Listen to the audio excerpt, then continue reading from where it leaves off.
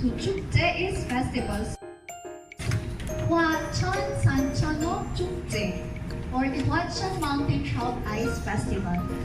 This is held every January, so during winter season. They're going to catch fish during winter season. Next one, Jeju Fire Festival. So Jeju Tulbun Chukje. So this is usually held late February to first week of March.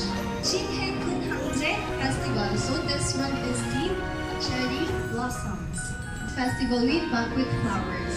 So buckwheat flowers associated with Korean as their first love.